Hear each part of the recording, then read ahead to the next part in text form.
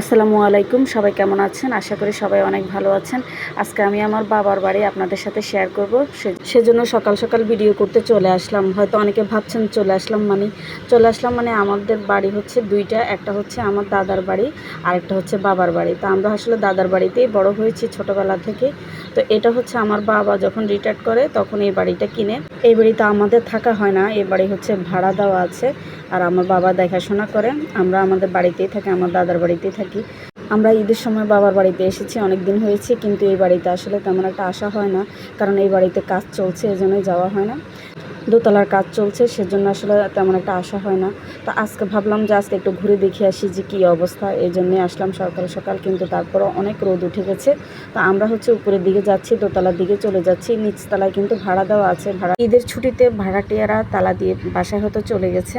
তো সেজন্য এর মধ্যে হচ্ছে আমাদের দোতলার কাজ চলছে, এই যে মিস্ত্রিরা কাজ করছে, আর আমরা হচ্ছে উপরে ঘুরে ঘুরে দেখছি যে কী অবস্থা। ছোটোবেলা থেকে আমরা টিনের ঘরে বড় হয়েছি। যখন টিনের ঘরে থাকতাম তখন মনে মনে ভাবতাম যে কবে যদি একটু বিল্ডিং ঘর করতে পারতো আমার বাবা।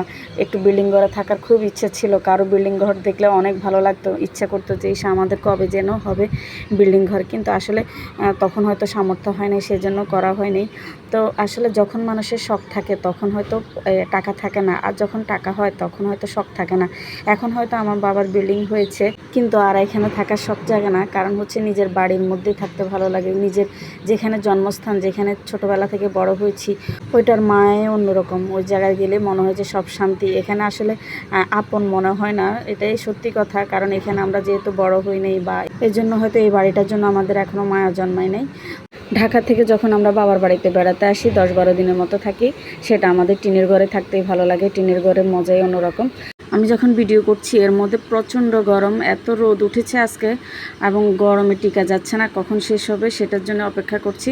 একটু পরে চলে যাব। তো এর মধ্যে হচ্ছে আমরা একটু ছাদে যাব। ছাদে যাওয়ার জন্য আমি বাচ্চাদেরকে প্রথমে বলেছি, পরে ভাবলাম যে ছাদের এখনও সাইড ওয়াল হয় নাই, সেজন্য বাচ্চাদেরকে নিব না, আমি একাই ছাদের দিকে যাচ্ছি।